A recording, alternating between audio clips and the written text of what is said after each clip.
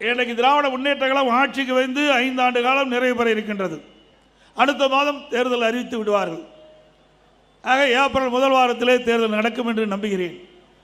ஆக நம்ம இருப்பது 2 மாத காலம், 2 அமாவாசை தான் இருக்குது.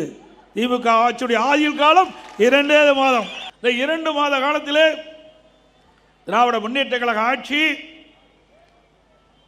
இன்னைக்கு கிராமத்தில் சொல்லுவாங்க எரியிற வீட்டில் புடுங்கிறது மிச்சன்ட்டு, அதை போல திராவிட முன்னேற்ற கழகத்தில் எந்தெந்த துறையில் எவ்வளவு கொள்ளையடிக்கணுமோ அந்த அளவுக்கு கொள்ளை கும்பல் இன்றைக்கு கொள்ளையடித்து கொண்டிருக்கிறது. அடுத்த மாதம் தேர்தல் அறிவிக்கிறாங்க. இப்போ புதிய புதிய திட்டத்தை அறிவிக்கிறார், அதுக்கு அடிக்கல் நாட்டுறார். எப்படி மக்களை ஏமாற்றுறாங்க பாருங்க. திமுக விஞ்ஞான மூளை படைத்தவர்கள். அப்படிப்பட்ட கட்சி இன்றைய முதலமைச்சர் ஸ்டாலின் அவர்கள் இருப்பது 1 மாதம், இருப்பதே ஒரே மாதம்.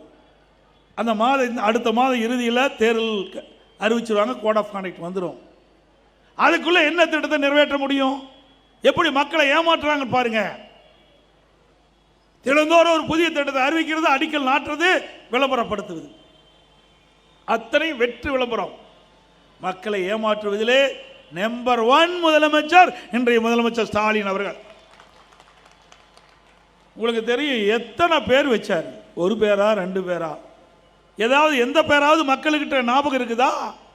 ஒரு பெயரை வைப்பார், ஒரு திட்டத்தை அறிவிப்பார், ஒரு பெயரை வைப்பார், ஃபோட்டோ ஷூட் போடுவாங்க, நம்ம பத்திரிகையாளர் அழகாக பிடிச்சு வெளியிடுவாங்க, அதோட முடிஞ்சு போச்சு. பெயர் வைப்பதிலே நோபல் பரிசு கொடுத்தா பொருத்தமாக இருக்கும் திரு ஸ்டாலின் அவர்களுக்கு. அதே மாதிரி ஒரு திட்டத்தை அறிவிப்பார், ஒரு குழு போடுவார், அதுக்கு தலைவர் போடுவார், அதோட அந்த திட்டம் மூடு விழா காண்டணும்.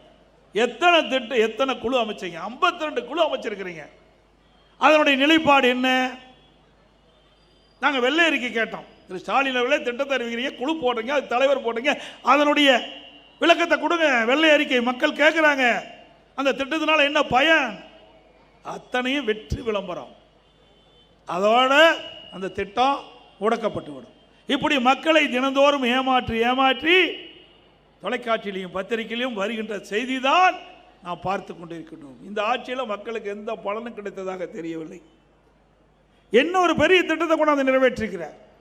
அதிமுக சென்னை மாநகரத்தில் போக்குவரத்து நெரிசல் அதிகமாக இருக்கின்ற காரணத்தினாலே அம்மா இருக்கின்ற பொழுது மெட்ரோ ரயில் திட்டத்தை கொண்டாந்தாங்க.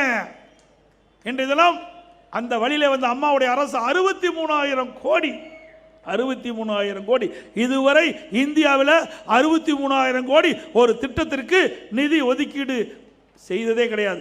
அந்த வரலாற்றை நாம தான் படைச்சோம்.